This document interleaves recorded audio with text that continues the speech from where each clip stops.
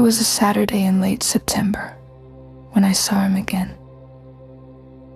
The kind of afternoon where the light turns everything golden honest. I had gone to the farmer's market for apples and bread I didn't need.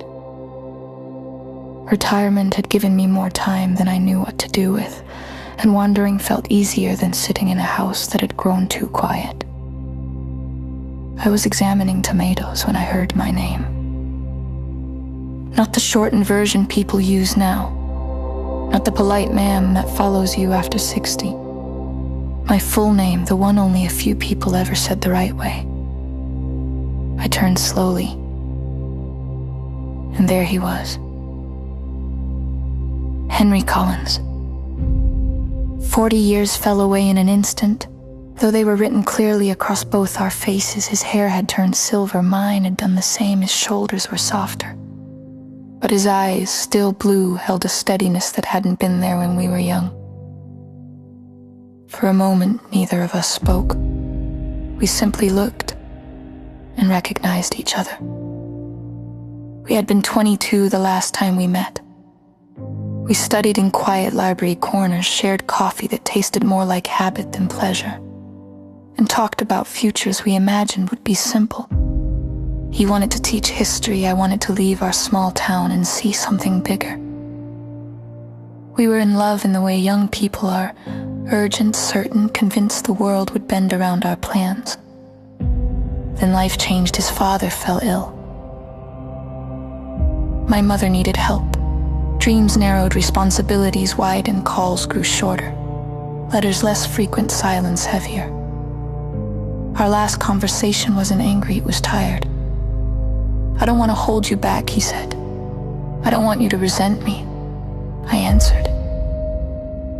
Sometimes maturity feels like surrender. Now 4 decades later, he stood in front of me holding a bag of peaches. You look well, he said gently. So do you? I replied. We laughed softly, easing the tension. There is something sacred about seeing someone who knew you before life shaped you. He had known me before marriage, before children, before grief. We walked to the edge of the market together. He had married, he told me. She passed 8 years ago, cancer. I nodded. I had buried my own husband 5 years earlier. Widowhood is a quiet country. You recognize fellow residents without saying much. We sat beneath a maple tree just beginning to turn red. We spoke of work, children, the places life had taken us. Beneath it all was a quiet question. What if? Do you ever think about it? He asked. Yes, I said, sometimes. He watched families passing by. I used to imagine running into you. He admitted, I just didn't think it would take this long. Time changes love. Sitting beside him, I didn't feel the racing pulse of youth. I felt comfort, ease, the calm that comes from knowing what matters. When it was time to leave, neither of us rushed. Would you like to have coffee sometime? He asked. Yes, I said. Driving home, I thought about the kindness of time 40 years ago. We weren't ready for the weight of loving each other. We were too young, too pulled in different directions. Now the future felt simpler, no grand ambitions, just days and how we chose to fill them. Our first coffee was gentle, no urgency, no need to define anything, just two people who had once loved each other, sitting together again.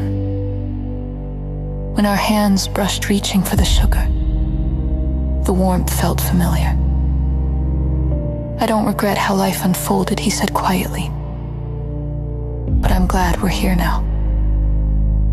So was I. Love at 22 is a spark. Love at 62 is an ember.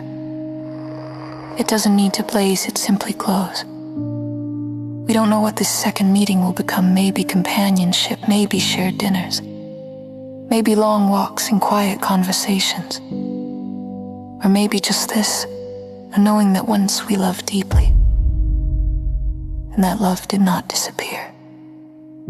It waited. 40 years ago, we let each other go so life could shape us. Now shaped and softened, we met again. not to rewrite the past, but to honor it. And perhaps to write a gentler chapter together.